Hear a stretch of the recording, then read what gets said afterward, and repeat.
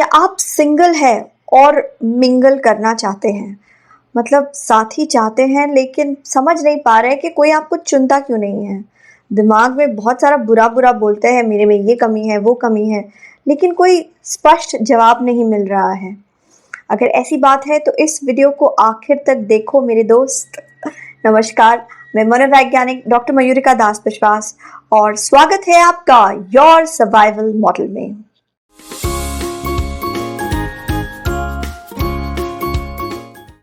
शायद आपको मेरा उदाहरण थोड़ा छिचोरा लगे या फिर रूड लगे या अच्छा ना लगे, लेकिन प्रेम संबंधों को या डेटिंग रिलेशनशिप को थोड़ा डिमांड एंड सप्लाई के हिसाब से देखने की कोशिश कीजिए। हम डेटिंग को मार्केटिंग रूल से समझने की कोशिश करेंगे। देखिए, अगर कोई प्रोडक्ट हमें लॉन्च करनी हो तो उस प्रोडक्ट को हम तब लॉन्च करेंगे जब उसकी डिमांड ज़्यादा है और सप्लाई कम है, तो फिर उस प्रोडक्ट का अपनाए जाना बहुत आसान हो जाता है। ठीक उसी तरीके से अगर आप एक लड़के हैं और ऐसी ग्रुप्स में ऐसे जगहों पे घूमते हैं जहाँ पे बहुत सारे दूसरे लड़के हैं और वो भी सिंगल है, तो बहुत सारे सिंगल लड़कों के बीच में आपका चुने जाना थोड़ा मुश्किल है। आपको ऐसे ग्रुप में होना चाहिए जहाँ पे ज़्यादा लड़कियाँ हो। आपको ऐसे लोगों के बीच में रहना चाहिए जो रिलेशनशिप में हैं। उन दोस्तों के साथ रहेंगे तो वो आपके लिए कॉम्पिटिटर्स नहीं हैं, यानी कि बहुत सारे कॉम्पिटिटर्स के बीच में मत नज़र आ रही है। ऐसे जगहों पे मिलिए, ऐसे जगहों पे जाइए जहाँ पे आप स्टैंड आउट कर सके, जहाँ आपके जैसे इंसान की वैल्यू बहुत ज़्यादा हो। इस चीज़ को मैं अपने कॉलेज में नोटिस करती थी कि जो लड़कियां आर्ट सेक्शन में पढ़ाई करती हैं वहाँ पे उन्हें इम्पोर्टेंस उतनी ज़्यादा नहीं मिलती थी, क्योंकि आसपास लड़कियां ही लड़कियां हैं आर्ट सेक्शन में। तो उनमें से कुछ बुद्धिमान लड़कियां कॉमर्स सेक्शन के कैंटीन में जाके बैठा करती थी जहाँ पे ज़्यादा लड़के हैं, साइंस सेक्शन के कैंटीन में बैठती थी जहाँ पे ज़्यादा लड़के हैं। अब यहाँ पे उनका नोटिस किए जाना बहुत ज़्यादा आसान हो जाता था। इसके विपरीत ऐसे बहुत सारे लड़के थे जो कॉमर्स सेक्शन से थे, लेकिन वो आर्ट सेक्शन के कैंटीन में आके बैठते थे जहाँ पे ज़्यादा लड़कियां हैं। यहाँ पे नोटिस हो जाना आसान है। अगली स्ट्रैटेजी है, ऐसे लोगों के बीच में जाइए जहाँ पे आपके जैसा कोई है ही नहीं। ऐसी पार्टी में जाइए जहाँ पे आपके गुणों का कोई इंसान मिलना ही मुश्किल है। अगर आप डांसर हैं और डांस पार्टी में जा रहे हैं तो दूसरे डांसर्स के बीच में आपका चुने जाना मुश्किल है। अगर आप अमीर इंसान हैं, आपके पास बहुत अच्छे पैसे हैं और आप बड़े क्लबों में घूम रहे हैं जहाँ पे दूसरे बहुत सारे अमीर लोग हैं, यहाँ पे भी आपका स्टैंड आउट होना बहुत ज़्यादा मुश्किल हो जाएगा।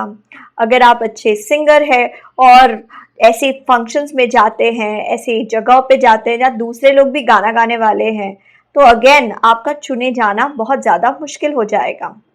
आपके गुणों को लेके ऐसी जगह पे जाइए जहां पे आपका कोई कॉम्पिटिटर होगा ही नहीं। इसमें आप स्टैंड अपार्ट करेंगे और आपको चुन लिया जाएगा।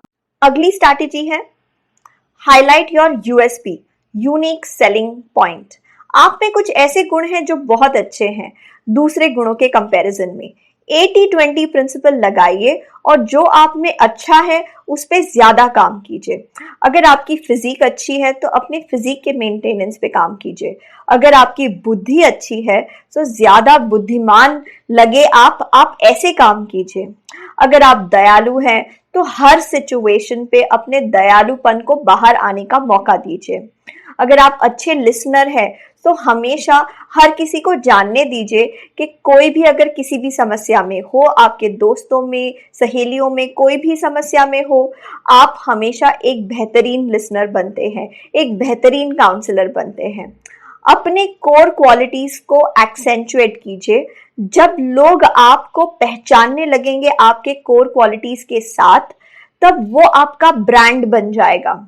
ब्रांड आइडेंटिफिकेशन एक बहुत ही इंपॉर्टेंट चीज है स्टैंड आउट करने में। जब आप किसी चीज को लेके प्रेडिक्टेबल बन जाते हैं, जब आप किसी अच्छी चीज को बार बार करते हैं, तब वो आपके ब्रांड का हिस्सा बन जाता है। आखिरी स्ट्रैटेजी को मैं एक कहानी के साथ समझाना चाहती हूँ। एक लड़की को उसके पिताजी ने कहा कि अब तुम बड़ी हो गई हो, तुम्हारा जन्मदिन आ रहा है, मैं तुम्हें एक गाड़ी देना चाहता हूँ।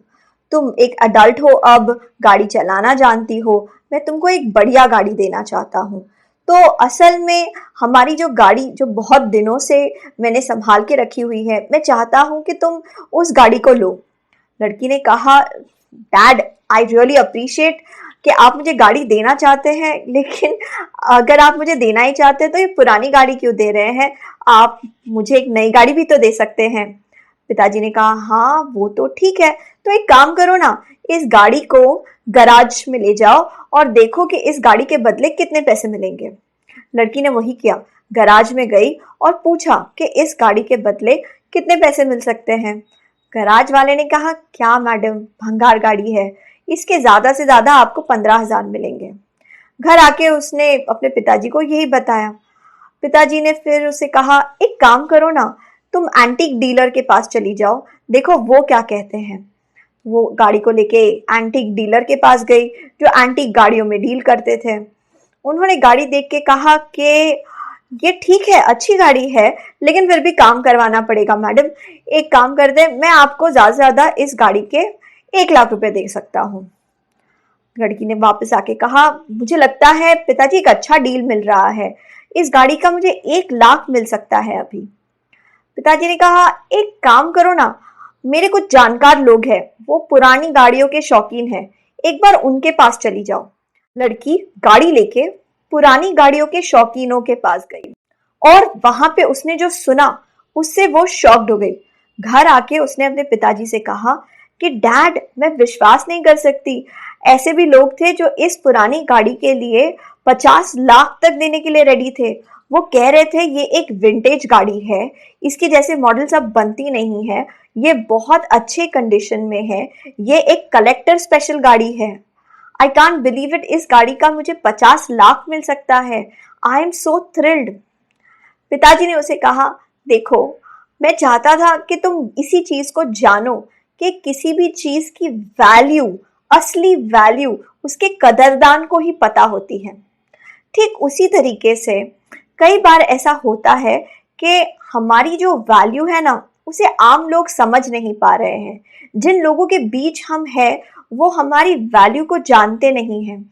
जिन लोगों को हम रोज मिल रहे हैं, उन्हें हम आम जैसे लोग रखते हैं, साधारण लोग रखते हैं।